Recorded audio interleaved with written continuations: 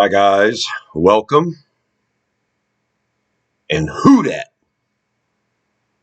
I'm Joe, and tonight I'm going to be reacting to this past weekend's game, the Week 5 matchup that saw our beloved Bless You Boys in black and gold, the New Orleans Saints, travel to New England to take on the Patriots.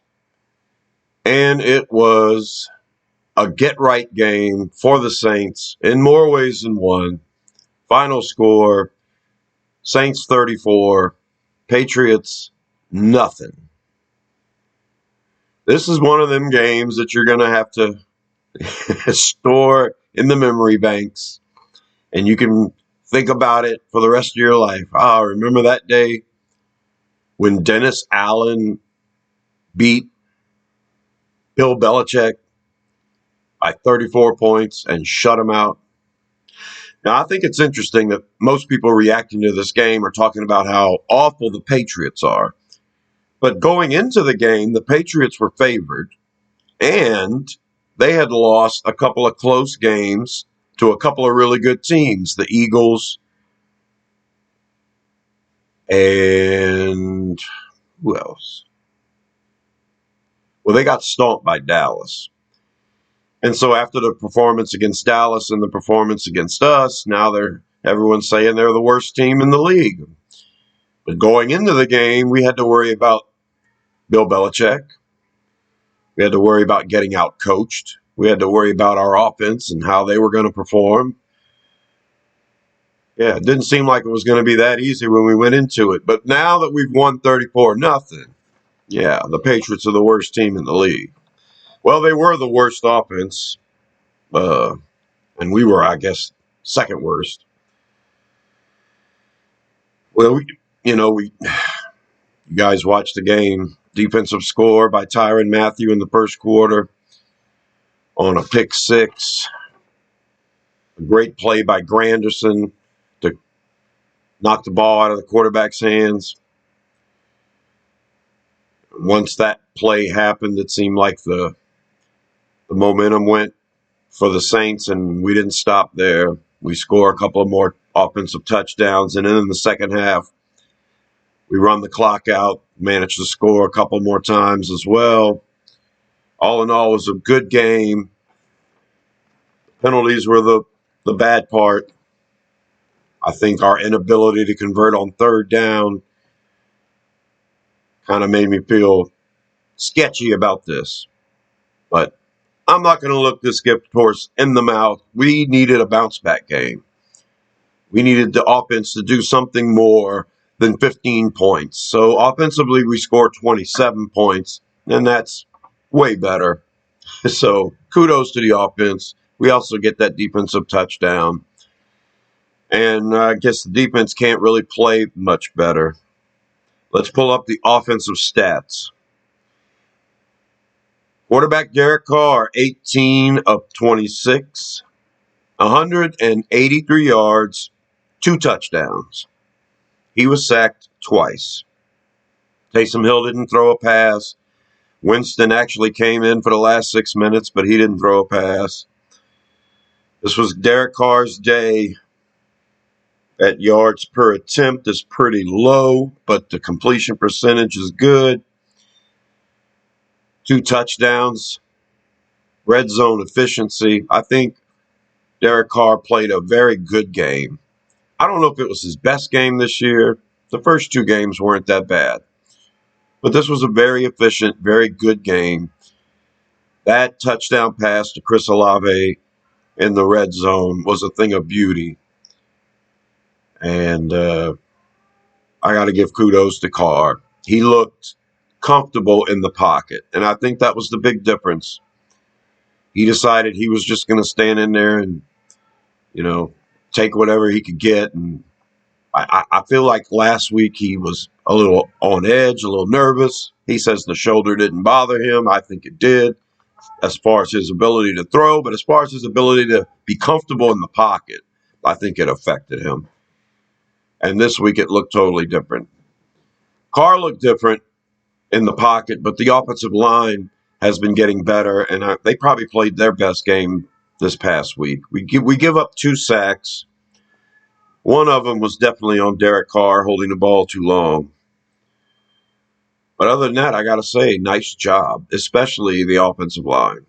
If they're going to protect and give Carr 3 to 4 seconds, then we should see this offense be productive. It's the red zone efficiency that and our focus on the running game. I think that was the big difference in this game offensively. Running the ball, we had Alvin Kamara, 22 carries, 80 yards. That's an average of 3.6, and I think that that's just fine. Anything more than 3.5 to me is moving the sticks. So Kamara gets a touchdown. That is great. He now leads the Saints all time in touchdowns with 73. He beat Marcus Colston's record. He was tied with him for a while there. I think the last touchdown Kamara scored was like 8 games into the last season or something. So it's been a long time coming. I think Kamara had a fantastic day today, as did Kendre Miller. The rookie got a lot of valuable playing time in this game, and he was mixed in with the starters and then finished out the game in the fourth quarter. He finishes with 12 carries for 37 yards. That's an average of 3.1. The average is just okay, but yeah, I think that as a rookie coming in, he looks pretty good. He did some things receiving the ball. He also did some nice things in pass protection. And that's the key. If we're going to put Miller out there, he can't make rookie mistakes. He's going to have to be able to pass protect. He's going to have to be able to run routes. He's going to have to know what he's doing out there. Not be a negative on this team. But Kamara needs a break every now and then. 22 carries for Kamara to me is that's about as high as I want to go. So to see Kendre Miller get a nice 12 carries, makes me feel good. Taysom Hill, as a quarterback, ran the ball 3 times for 19 yards. That's an average of 6.3. That's Hill's career average, and we didn't have to use Hill a lot in this game. Our base offense seemed to be working pretty good. So overall, we run the ball 42 times, and that doesn't happen typically unless you're dominating a game. We needed to focus more on the run in this game. We did. I was hoping for 30 carries or more. 42 carries overall for 136 yards. That's an average of 3.2 as a team. It's not so much the average. It's the dedication to the run, the ability to keep the opposing defense, wondering. Because if you're committed to the run, whether you're doing great or not, they have to defend it. I like seeing Kamara run between the tackles.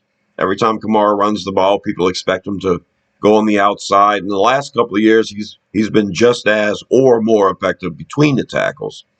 It's not saying much because he hasn't really been producing these all-world numbers, but 3.6, that's pretty good. Receiving, Michael Thomas is the man. He continues to do this. His floor so far this year is 4 catches for 50 yards. In this game, he has 4 catches for 65 yards, 4 catches on 7 targets. He had a long of 28. It was a huge play. There are a lot of plays Michael Thomas excels at, like the slant. We haven't run a lot yet. I don't know, man. Part of me thinks Pete Carmichael's holding this stuff back.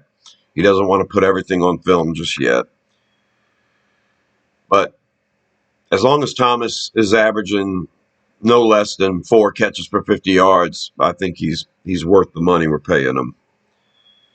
Great day by Thomas, our leading receiver. Kendre Miller was targeted 4 times and caught all 4 of them, and I'm sensing a pattern here. Kendre Miller hasn't dropped the pass, and he's effective. He was able to take a pass from Carr. It's probably my favorite play of the game. Carr drops back to pass. It's a play action. Kendra kind of squirts out to the outside. Carr does his read. Nothing's open. He avoids pressure, dumps it off to Miller. Miller gets one key block in front of him, and then Miller makes a guy miss. And the next thing you know, it's a 30-yard pass play. That kind of stuff from a rookie. Kendra showing that ability to read the block and make a man miss and get downfield, catch the ball, does everything great. That was probably my favorite play of the game. Nothing opened up downfield, but the offensive line held as long as they were supposed to. Carr got out of the way when the one guy came, dumped it off to a guy, and he made a play. That was a 33-yard reception by Miller. Rashid Shaheed was targeted twice, and he caught both of them for 28 yards, including a 25-yarder. My cats are going crazy today. Alvin Kamara had 3 catches on 3 targets for 17 yards, including a 12-yarder. This was way more effective. You know, he caught 13 balls last week, but he only had 33 yards, so this is much better. Chris Olave was targeted 5 times. He only had 2 catches for 12 yards. I think Olave is being bothered by a toe right now. There were a couple of plays on the sideline that didn't count. He didn't follow through and he hit the ground on one of the catches. And on another one, he didn't get the second foot in, even though he made the catch. Both those plays would have been huge, 30, 40, 50-yarders. So I would have seen, Carr's numbers go up dramatically if just one of those receptions were made. And Olave would have had a way more respectable day. But as it is, he did catch a touchdown, his first of the year. So you got to give him kudos for that. Tight end Foster Moreau caught his first touchdown as a Saint and his first touchdown of the year. That was the only time he was targeted. It was a shuttle pass in the red zone. Came as a big surprise to everybody. That's the kind of play you want to succeed. Have that on film and have everybody have to prepare for it. And we may never run it again, but we ran it and it worked. 6-yard touchdown for Foster Moreau. And Taysom Hill and Keith Kirkwood were both targeted once. They made their catches, but only for 1 yard. So there you go. We had some numbers on Derek Carr running, and Winston knelt on the ball 3 times for -4 yards. I didn't include any of that in the stats. Overall, offensively, we were very good compared to what we have been. We could have been better, though. We punted way too many times. We punted 7 times. We had 14 possessions. And offensively, we scored 5 times. 3 touchdowns, 2 field goals. And on 1 possession, we knelt on the ball to end the game. And on 1 possession, we knelt to end the first half. But the other 7 possessions were punts. And we weren't converting on 3rd downs. We were only 5 of 15 on 3rd downs. And a lot of that was because penalties put us in long 3rd down situations. That's something that's going to bite us in the rear if we don't fix it. Overall, we had 12 penalties for 86 yards. And, of course, it's the pre-snap stuff. So, basically, I think we were flagged 4 times for false start. None of it had to do with crowd noise. We were doing different things with motion and play action. And I think those false starts, a couple of them were on wide receivers. One of them was on a tight end. Only one of them was on offensive lineman. And I think that had a lot to do with it. They were trying different things, and the motion and everything else and the timing of all that, it has to get better, because I don't think we're going to be a productive offense unless we're moving people around. All right, so defensively, Alontae Taylor leads the team, 6 tackles total. Demario Davis also had 6 tackles total, including a pass defense. Marshawn Lattimore at cornerback has 5 total tackles. Good day for Lattimore tackling. And the player of the game, defensive end, Carl Granderson, 4 total tackles. 1 sack. He hit the quarterback twice, including the one that became an interception for Tyrann Mathieu. Granderson had 3 total tackles for losses in this game. Granderson felt like he was in the backfield the whole game. Whoever was trying to block Granderson didn't pack enough of a lunch. It was a great day for Granderson. Player of the game, in my opinion. His Padre on the other side, Cam Jordan, had 2 tackles, including a half a sack. He was pressuring the quarterback all day as well, and old man Cam ended up with a fumble recovery. The Patriots running back mishandled a pitch. Cam was in the backfield to jump on it. So if our defensive ends play like this all year long, yeah, we're going to be forcing turnovers. And we did. We forced 3 all day. Won that turnover battle 3-0. Good stuff. Paulson Adebo's back from injury. He had 2 passes defensed, which was nice to see. 3 total tackles. He was flagged once for pass interference. We expect that from Adebo. But I got to say, the Patriots only ended up with 111 passing yards. So the combination of Alontae Taylor, Marshawn Lattimore, and Paulson Adebo is a good thing. And Isaac Yiadom has proven he is an excellent option to go in there from time to time. Yiadom played special teams for the majority in this game. We were punting the ball quite a bit and kicking off quite a bit. And Yiadom made a bunch of really good plays on special teams. Jonathan Abram got a lot of playing time. He made one hell of a special teams tackle early in the game. He also finishes with 3 total tackles, playing safety and special teams.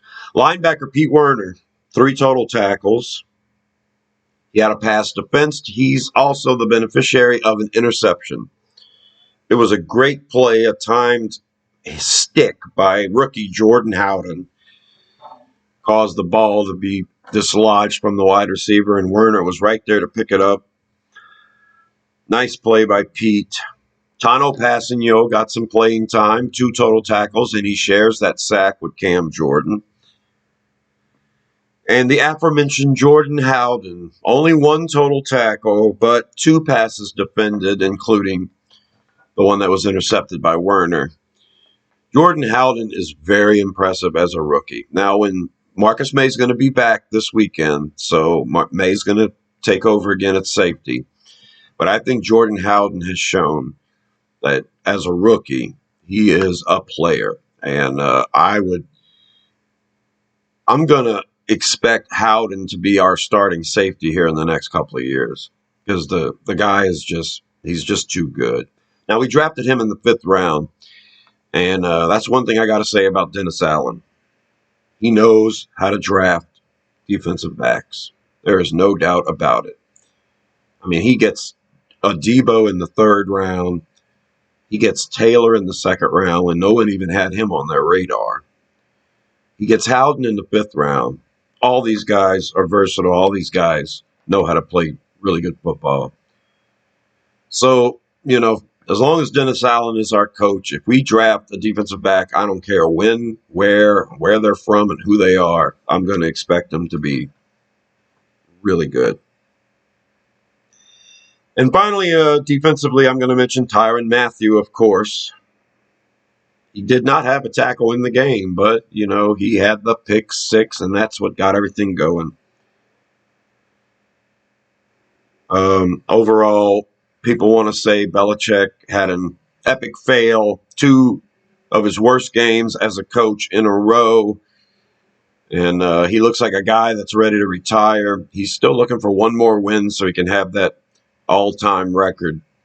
And I'm sure the Patriots will find it somehow.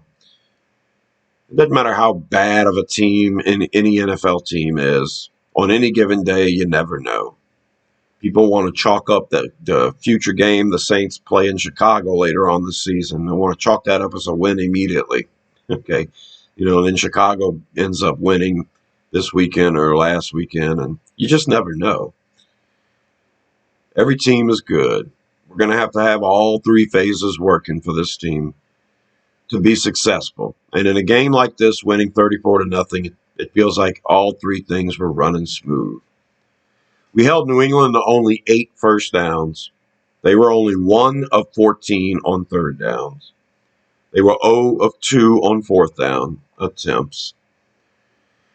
And total yards, we only managed 304, but we hold them to 156. And that is a level of futility that I don't recall ever happening for the Saints. They only had 45 yards rushing, and they tried 18 times. They were only averaging 2.5 an attempt on the ground. Like I said, 45 yards rushing, 111 yards passing, and that is it. This team, the Patriots, only crossed the 50-yard line twice. They attempted a field goal once and missed it, and they ended up punting the second time they finally crossed the 50. It was an absolute blowout. Saints win time of possession 40 minutes to 20 minutes. And this is the perfect game. This is the perfect outcome. You don't want to see 12 penalties, and a team that's moving the ball is going to make you regret that if you have to punt 7 times in a game. Headley did great. He averaged 44, 45 yards a punt. 3 of them were inside the 20. Only 1 of his 7 punts was a touchback. 307 yards in punting. It was Headley's best day. He had one down at the 5, but Alontae Taylor wasn't in the formation, so we got flagged for illegal formation. Alontae Taylor got his butt chewed out. He got out there to be the 11th man, and Headley punted again, and I think we downed that one at the 5 after the penalty. So, Headley showed he was doing well as a rookie. And, of course, our rookie kicker, Groupie, who was 2 for 2. Now he's 11 of 12 on the year, averaging over 90. He's got a over 90% make rate right now. The only kick he misses is that 40-something yarder that could have been a game winner against Green Bay, and I'm not going to fault him for that. If he's going to kick over 90% accuracy, yeah, he can be our kicker for the rest of our lives. And both of these kicks were outside with the wind blowing and over 50 yards. A 54-yarder and I think a 52-yarder. No, not high-pressure kicks, but still. Blake Groupie is showing that we made a great selection with him as a field goal kicker. And, jury's still out on Headley, but great job punting for this game. Overall, I don't know what else to say. The team looks like this the rest of the year. It's going to be a fun season to watch. We're still doing construction in the house. I have no idea if I'm going to get a preview for the upcoming Saints-Texans game.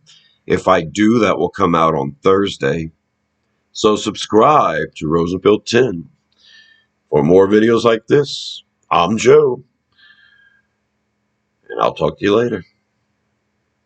Who dat?